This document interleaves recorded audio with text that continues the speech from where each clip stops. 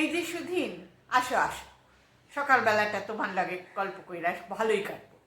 খবরের কাগজ পড়তে আসছিলাম, পইরা দুটো লাইন মনে হইল যে টাকাই ধর্ম, টাকাই কর্ম, টাকাই হইল সার, আইন কানুন সত্যনিষ্ঠার মাথায় ঝাঁটাবার।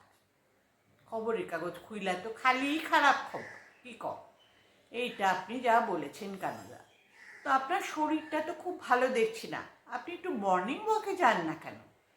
আরে ভাই কি কও, গেছিলাম তো একদিন, তো সকালে তোড়জোড় কইরা বাইরে পড়লাম, তো ঘড়ি দেখি নাই ঠিক কইরা, ভোর 4টের সময় বাইরা করছি।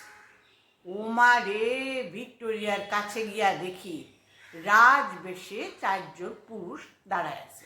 রাজবেশ আর কি কই, তো তাগো লগে যে কথোপকথন হয়েছিল সেইটা তোমারে কইতাছি। আপনারা কে? আমি নাদির শাহ, পারস্যের। হ্যাঁ, আমি পারস্যের নাদির শাহ।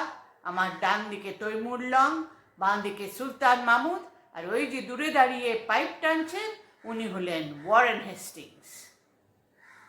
তা আপনারা এইখানে কেন? এই যমরাজ আমাকে পাঠিয়েছে দেখতে যে তোমাদের যে আমরা ক্ষতি করেছি এখন সেই ভারতবর্ষের অবস্থা কীরকম। তা কি দেখলেন? ওমা, দেখবো আর কি, একটু খালি মারামারি, একজন আরেকজনকে কি করে ঠকাবে তার চেষ্টা করছে, শ্রীর ছড়াছড়ি আর বিশ্রী ব্যবস্থা, আবার শুনলাম রেল স্টেশন নাকি ভেঙে পড়েছে।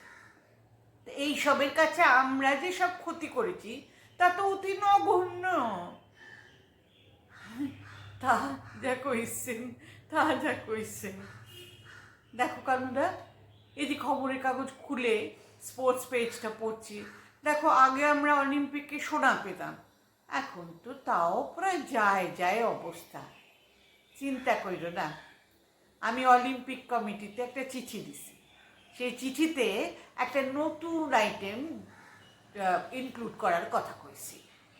নতুন আইটেম কি গো সেটা? স্পিচ।